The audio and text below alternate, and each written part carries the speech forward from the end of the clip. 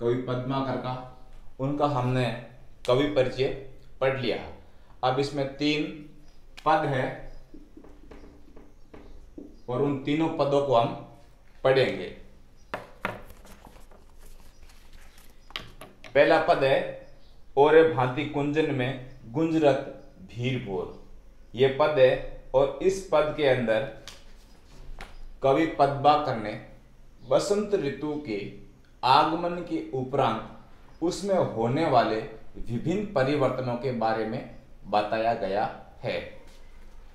कवि पद्माकर ने इस पद के अंदर क्या कहा है कि और भांति कुंजन गुंजरत भीर भौर, ओरे डोर झोरन पे बोरन के हुए गए। यानी बसंत के आगमन के उपरांत प्रकृति में विहग यानी पक्षी और मनुष्यों की दुनिया में जो सौंदर्य संबंधी परिवर्तन आए हैं उनका इनमें वर्णन किया है। अर्थात प्रकृति की सुंदरता का इसके अंदर वर्णन किया गया है। कहते हैं ओरे भांति कुंजन में गुंजरत भीर बोर, यानी झाड़ियों में जंगलों में गुंजरत गुंजायमान है, भीड़ भीड़ है, भौरन भौरों के, अर्थात वसंत ऋतु के आगमन के उपरांत वन के अंदर जंगलों के अंदर भौरों का गुंजायमान शुरू हो गया है। और डोर झोरन पे बोरन हुए गए थे और पेड़ पौधों की डालियों के ऊपर मंजरियां आ गई है, अर्थात वो पेड़ पौधे बोरा गए हैं, अर्थात उनके ऊपर गुच्छे आ गए हैं, मंजरियां आ गई है। कहे पद्माकर ओरे भांति गलियानी छलिया छबीले सेल और छबी हुए गए। बसंत ऋतु के आगमन के उपरांत युवा समाज में युवकों में भी अपने मन में प्रेम के प्रति आकर्षित भाव उत्पन्न हुए और वो गलियों में घूम रहे हैं। छलिया छबीले सेल यानी सुंदर नवयुवक, उनकी भी छवि है, वो ओज से चमक दमक हो गई है, अर्थात वो गलियों में घूम रहे, उनके मन में भी प्रेम का आगमन हुआ है। और भांति वियग समाज में आवाज होती, और भांति भांति की विहग यानी पक्षी समाज यानी पक्षियों के समूह में विभिन्न प्रकार की आवाज हो रही है, अर्थात जंगलों के अंदर पशु पक्षियों की विभिन्न प्रकार का कोलाहल शुरू हो गया है बसंत ऋतु के आगमन पर। ऐसे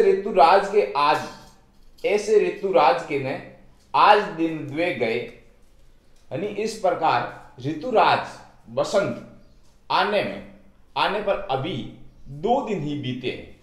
कवि पद्माकर कह रहे हैं कि बसंत ऋतु आने पर अभी 2 दिन भी बीते हैं और प्रकृति में सुंदरता का इस तरह का माहौल हो गया है।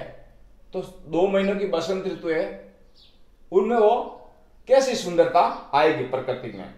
ओरे रस ओरे रीति ओरे राग ओरे रंग, ओरे तन ओरे मन ओरे बन वे गए, अर्थात तन मन में आनंद उमंग का उत्साह सा गया है। तो ये इस पद के अंदर पद्माकर ने प्रकृति की सुंदरता का वर्णन किया गया है। बसंत ऋतु के उपरांत होने वाले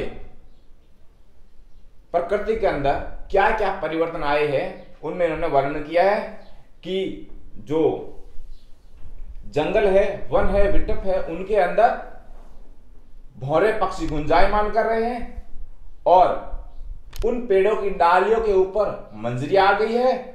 और पद्माकर कह रहे हैं कि बसंत ऋतु के अंदर युवक समाज में भी प्रेम का उत्साह है और वो गलियों में घूम रहे हैं और अलग अलग भांति भांति प्रकार की आवाजें निकाल रहे हैं। पक्षी समूह भी विभिन्न प्रकार की आवाजें निकाल रहे हैं और सभी प्रकार की जीव जंतुओं में तन मन आनंद की स्फूर्ति ताजगी उत्साह का संचार हुआ है। तो इस पद के अंदर कवित छंद है। कौन सा छंद है? पहले के अंदर कवित छंद है। इस पहले पद के अंदर कवित छंद है और रस कौन सा है? तो श्रृंगार रस है। कुल 9 रस होते हैं, उनमें से अलग अलग आचार्यों ने श्रृंगार रस राज की उपाधि दी है। वो श्रृंगार रस को भी श्रृंगार रस की उपाधि दी है रस राज की। तो श्रृंगार रस इसके अंदर है। श्रृंगार 2 प्रकार के होते हैं, संयोग और वियोग। इस पद की जो भाषा है वो ब्रज भाषा है, जो हिंदी की एक बोली है। और इसमें कवित्व छंद है और पूरे पद के अंदर बीच बीच में अनुप्रास अलंकार आया है और ओरे शब्द की बार बार आवृत्ति हुई है। तो यहां पर यमक अलंकार आया है। यमक अलंकार की उदाहरण है छलिया, छबीले, छेल। यहां 6 वर्ण की आवृत्ति हुई तो अनुप्रास अलंकार है छबी, छवे, इसमें भी 6 की हुई है।